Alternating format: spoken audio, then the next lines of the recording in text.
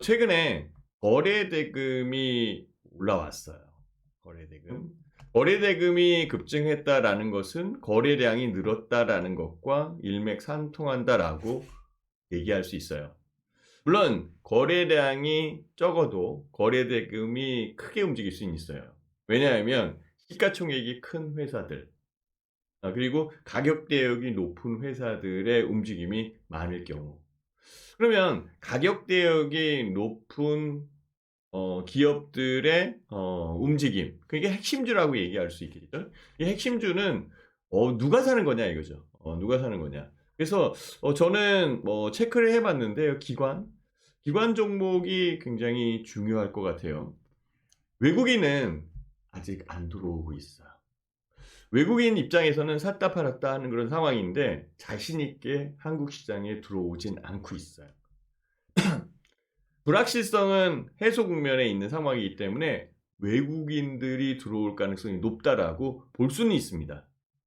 그렇죠? 지금 해소 국면이에요. 이제 아마 탄핵 관련되어 있어서 마지막 변론, 아니 그러니까 탄핵 심판 막바지 18일 날이면은 화요일이네요. 화요일 날 9차 변론 예정이 되어 있다라고 얘기를 해요. 그렇다면은 정치적 리스크는 굉장히 완화되는 그런 상황이 만들어질 거예요. 이제 곧 판결이 나올 거고 가타부타에 대한 부분을 결정할 거고 그러면 좀 더 안정이 되지 않을까라고 생각이 듭니다.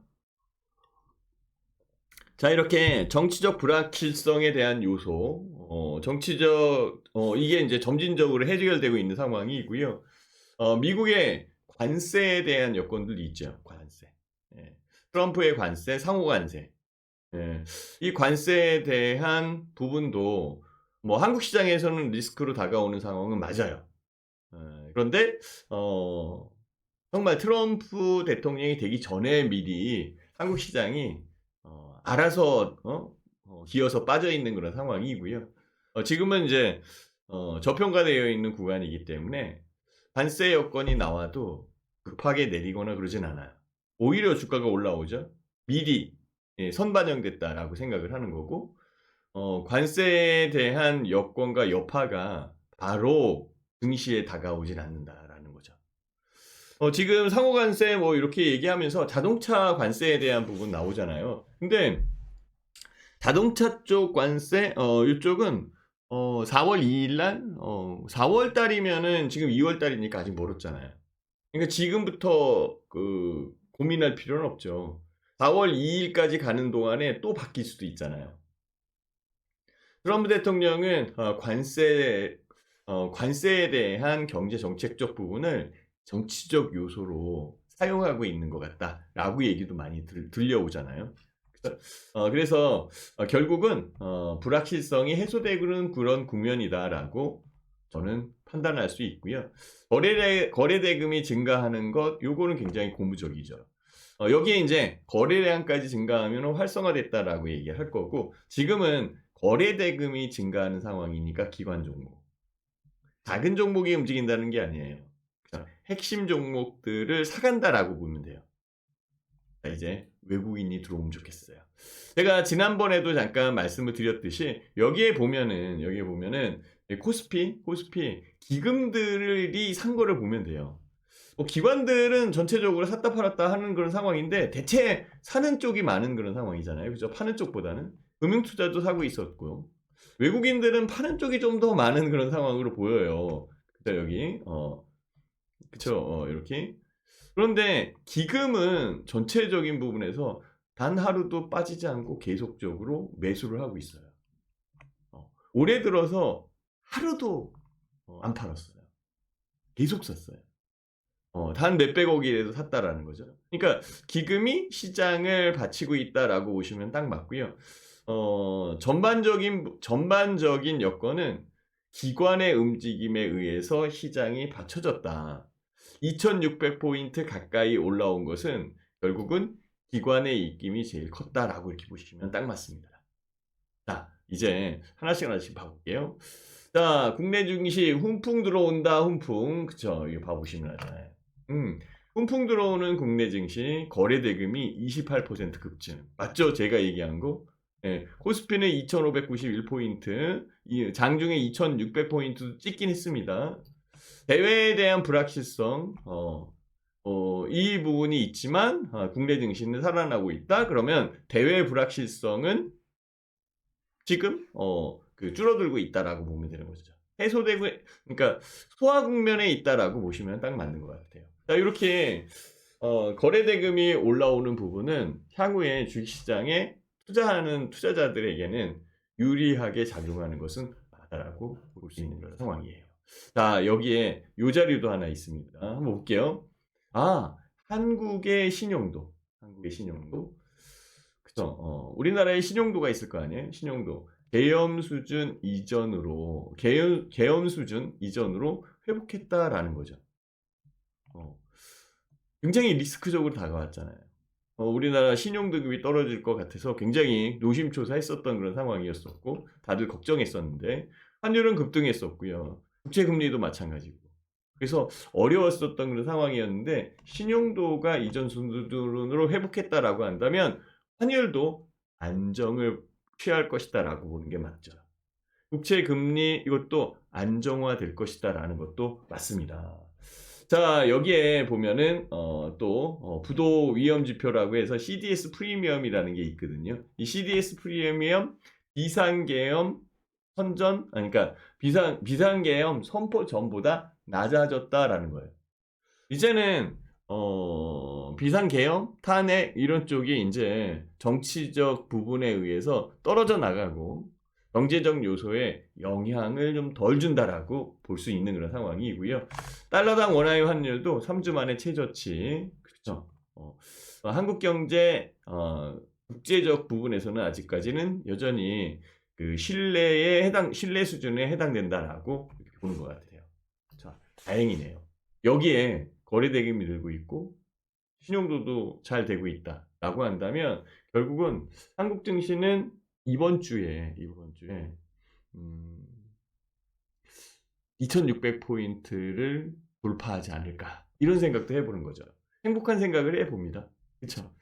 이제는 2500포인트에 안착을 했고 이제는 2600포인트를 뚫어가는 그런 상황이잖아요. 정말 2500포인트 올라오지 못할 때에는 이거 진짜 2200도 가는 거 아니야? 2300, 2200 가는 거 아니야? 이렇게까지 얘기하시는 분들도 많이 있었던 그런 상황이었으니까. 그쵸? 자, 이렇게 안정화되어 가고 있습니다. 요 여건에 글로벌 시장에 영향을 줄 수 있는 요소들은 별로 없어요. 미국의 경제 지표도 그렇고요. 전체적 부분에서는 미국 월요일 날장이 휴장입니다. 미국 대통령의 날 해가지고 월요일 날 요 휴장이고 월요일, 화요일, 수요일, 목요일, 금요일 이렇게 5일 지나가는데 밋밋해요. 없어요. 화요일 날에도 특별하게 나오는 건 없어요. 뉴욕 엠파이어 스테이트 제조업 지수, 뉴욕 연은 지수죠. 그리고 그렇고 수요일 날 같은 경우에는 FOMC 의사록. 근데 FOMC 의사록은 만장일치였잖아요. 그죠? FOMC 의사록. 요게 나오는데, 금리 동결은 좀 만장일치로 들어간 상황이니까, 여기에서 금리 동결에 대한 내용이 특별하게 바뀔 것 같은 그런 느낌이 들진 않아요. 그러니까 이것도 시장에 다 영향을 준 상황이기 때문에 크게 이견 없는 상황이고, 목요일 날, 이거는 이제 필라델피아 여는 제조업 지수 이거 나오는데 이것도 오히려 목요일 날 월마트 실적이 나옵니다. 요 실적이 나오는데 월마트는 그 소비에 대한 부분을 얘기하잖아요. 그렇죠? 그래서 소비가 높아지면은 실적이 잘 나올 것이다라는 거죠. 월마트에 대한 실적에 소비에 대한 척도로 작용하는 경우가 왕왕 있어요. 물론 소비 관련되어 있는 지표나 경제 지표가 나올 때에는 뭐 월마트의 실적이 뭐 크게 작용하진 않는데요. 이번 주에 크게 시장에 영향을 줄 만한 경제 지표가 나오질 않아요. 그래서 지금 말씀드리는 거예요. 그래서 이렇게 쭉 하고 보는 겁니다. 금요일 날 같은 경우에는 미시건대 소비자 신뢰 지수 이거 나오는데 이건 항상 나오는 건데요. 지난번에는 뭐 미시건대 소비자 신뢰 지수 뭐 이런 쪽에 좀 약한 그런 상황이 있어서 시장에 영향을 준 적도 있었습니다. 근데 이거보다는 그때는 그 고용 지표에 대한 영향이 훨씬 더 큰 것으로 저는 판단을 하고 있었던 상황이었었고요. 뭐 기존 주택 판매 들어오고 있고 S&P에서 발표하는 글로벌 제조업 PMI 뭐 이런 쪽은 글로벌 제조업 PMI잖아요. 미국이 아니라. 그래서 전반적으로 영향을 줄 요소가 없어요. 월요일 날은 휴장이고 다른 거 없죠. 딱히 다른 게 없어요. 차라리 뭐 우리나라 수출입 동향에 대한 지표가 21일 날 나오는 거, 뭐 요게 영향을 줄 수도 있는데, 여태 수출입 동향의 그 지표가 영향을 준 적이 별로 없어요. 예, 그것도 그렇고. 예, 그죠? 그러니까, 이번 주에는 밋밋한 부분에 의해서 움직인다? 그러면 나머지 있는 거는, 나머지 있는 것은, 트럼프가 무엇을 얘기하는지, 이거에 제일 귀를 기울일 수밖에 없죠. 그죠? 그래서 트럼프가 관세에 대한 부분을 뭘 얘기했지. 요게 이제 중요한 그런 상황이고, 월요일서부터 금요일까지 연준 인사. 연준 인사들의 연설이 내정되어 있어요.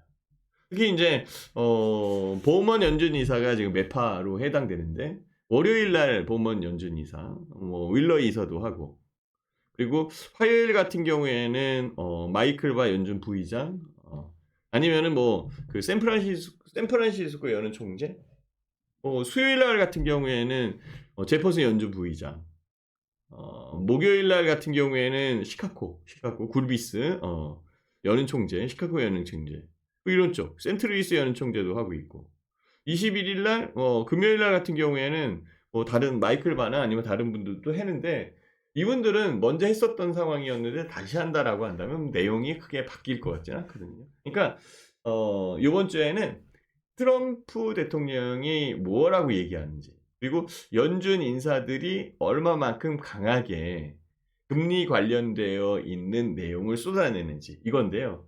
FOMC 의사록 나오잖아요. FOMC 의사록에서 크게 영향을 줄 수 있는 요소가 없기 때문에 연준 인사들이 얘기하는 것도 그만큼 하는 거예요. 자, 이렇게 해서 하나씩 가지를 쳐내니까 나머지 남는 것은 트럼프네요. 그쵸? 대통령의 날이라 해가지고 월요일날 휴장인데 그냥 좀 쉬시지.